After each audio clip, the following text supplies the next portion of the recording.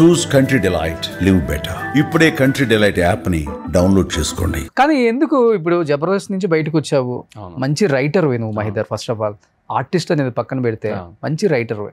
తర్వాత కూడా ఆది కూడా చాలా సినిమాలకి రైటింగ్ రాశాడు, దాంట్లో యాక్ట్ కూడా చేశాడు. నువ్వు ఎందుకు జూనియర్ ఆది నన్ను అంటారని చెప్పావు, కానీ ఎందుకు నువ్వు అక్కడున్న నీకున్న టాలెంట్ని మరి సినిమా ఇండస్ట్రీలో ఉపయోగించుకోలేకపోయావు? అంటే నేను జబర్దస్త్ చేస్తున్న టైంకే నాకు బేసిక్గా కొంచెం అంటే అక్కడ ఫైనాన్షియల్గా చాలా తక్కువ వస్తుంది కాబట్టి నేను యూట్యూబ్ స్టార్ట్ చేశాను. యూట్యూబ్లో బాగా క్లిక్ అయ్యాను నేను.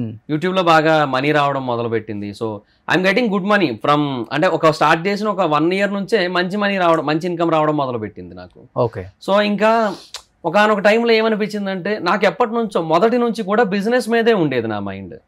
నాకు బిజినెస్ అంటే చాలా ఇష్టం.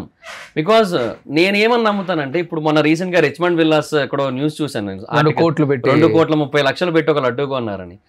వాళ్ళు ఒక ఎయిదర్ ఆ చిరంజీవి గారి పొజిషన్ లోనో లేదంటే పెద్ద స్టార్స్ ఎవరైతే ప్రభాస్ గారు, ఎన్టీఆర్ గారు, అల్లు అర్జున్ గారు వాళ్ళ పొజిషన్ లో ఉంటే తప్ప మనం ఆ లెవెల్ ఆఫ్ స్పెండింగ్ చేయలేము ఇండస్ట్రీ పరంగా అయితే. అండ్ యూట్యూబ్ సోషల్ మీడియా పరంగా అయితే ఎప్పటికీ చేయలేము. 9 to 5 జాబ్ పరంగా చూసుకుంటే అసలు ఊహించుకోలేము కూడా, కల్లో కూడా కొనలేము దాన్ని.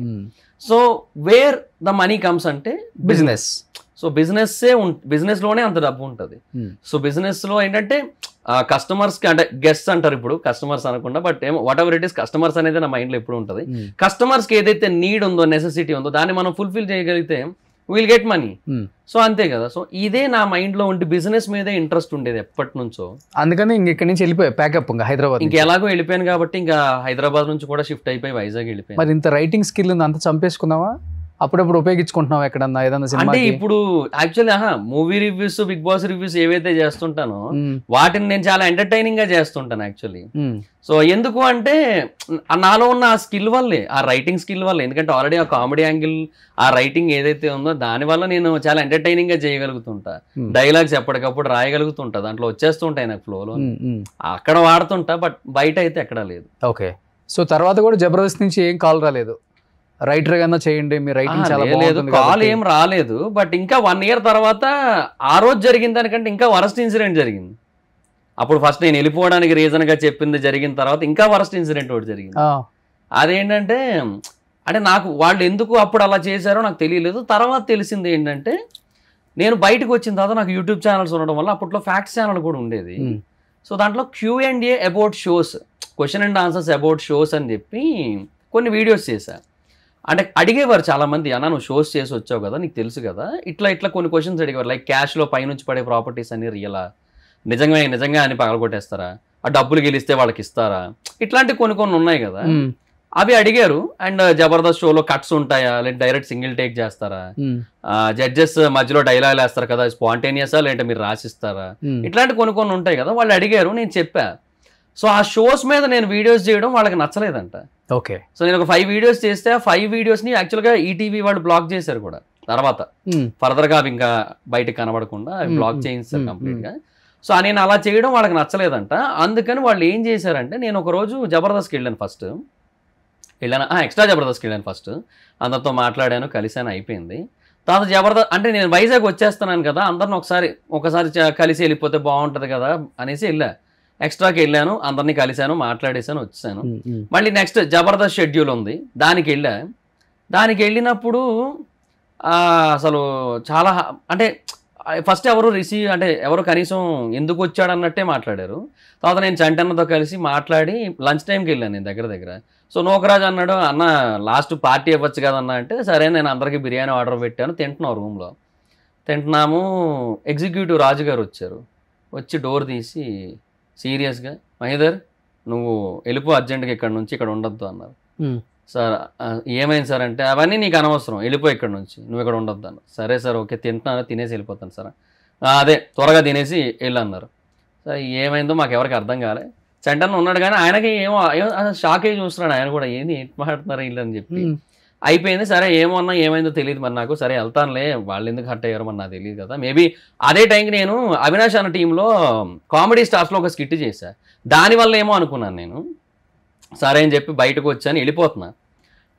అప్పటి వరకు నాకు రైజింగ్ రాజు గారు, దొరబాబు కనబడలేదు నాకు. ఆద్యాన క్యారవాన్లోకి వెళ్ళి మాట్లాడాను కానీ నాకు వాళ్ళు కనబడలేదు.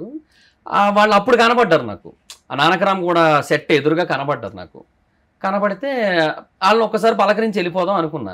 రాజుగారు బాగున్నారా అని చెప్పి అంటే రైజింగ్ రాజు గారు కూడా బాగున్నానండి, మీరు ఎలా ఉన్నారు, చాలా నాళ్ళు అయింది కనబడి, ఎలా ఉన్నారు, ఏడ్ చేస్తున్నారని ఇద్దరు మాట్లాడుతుంటే ఎగ్జిక్యూటివ్ రాజు గారు రైజింగ్ రాజు గారిని తిట్టేస్తున్నారు.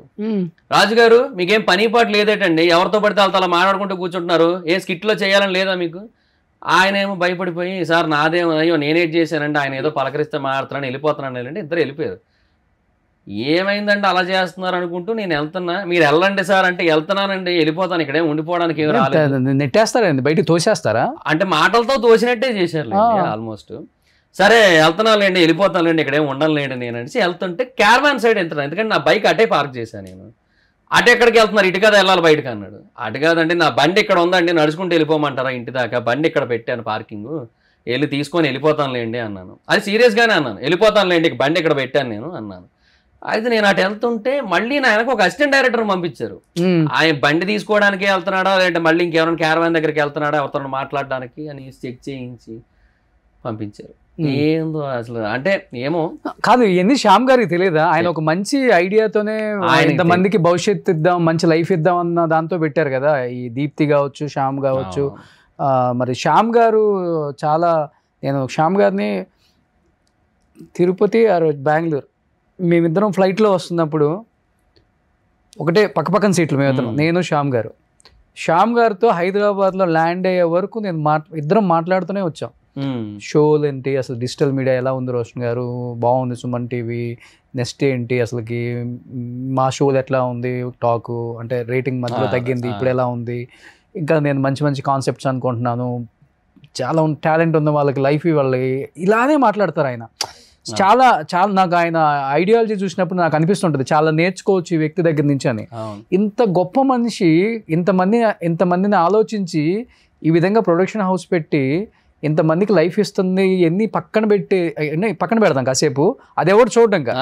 ఇప్పుడు మీలాంటి వాళ్ళు లేకపోతే ఆర్పి లాంటి వాళ్ళు లేకపోతే ఇంకొక 10 మంది బయటకు వచ్చిన వాళ్ళు మాట్లాడే మాటలు చూస్తుంటే ఇవన్నీ ప్రొడక్షన్ హౌస్ వాళ్ళకి తెలియదా, ప్రొడ్యూసర్ తెలియదా అనుకుంటారు, శ్యామ్ గారికి తెలియదా అనుకుంటారు. ఆయన కింద ఉండి చెంచాగిరి చేసే వాళ్ళు ఇంత పక్క వాళ్ళని ఇంత ఇన్సల్ట్ చేస్తారా అనేది ఆడియన్స్ లోకి వెళ్తుంది. శ్యామ్ గారికి తెలియదండి, శ్యామ్ గారికి నిజంగా తెలియదు. ఆయన ఎంత మంచి పర్సన్ అంటే ఆయన ఎప్పుడో చాలా రేర్గా వస్తారు, సంవత్సరానికి 2 సార్లు వస్తారేమో సెట్కి, అంతే జబర్దస్త్ సెట్కి.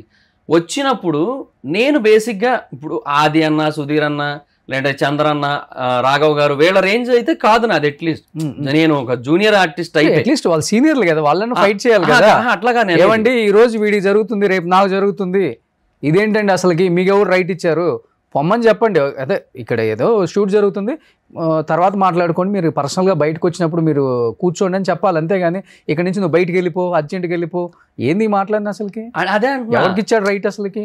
శ్యామ్ గారి విషయంలో అదే అంటున్నా, ఆయన నన్ను ప్రతిసారి వచ్చినప్పుడల్లా గుర్తుపెట్టుకొని మహిదర్ బాగున్నావా, ఎలా ఉన్నావు, ఎలా చేస్తున్నావు, స్కిట్లు మొత్తం అదంతా ఇట్లా మాట్లాడతారు, చాలా ఎఫెక్షనేట్ గా మాట్లాడతారు ఆయన.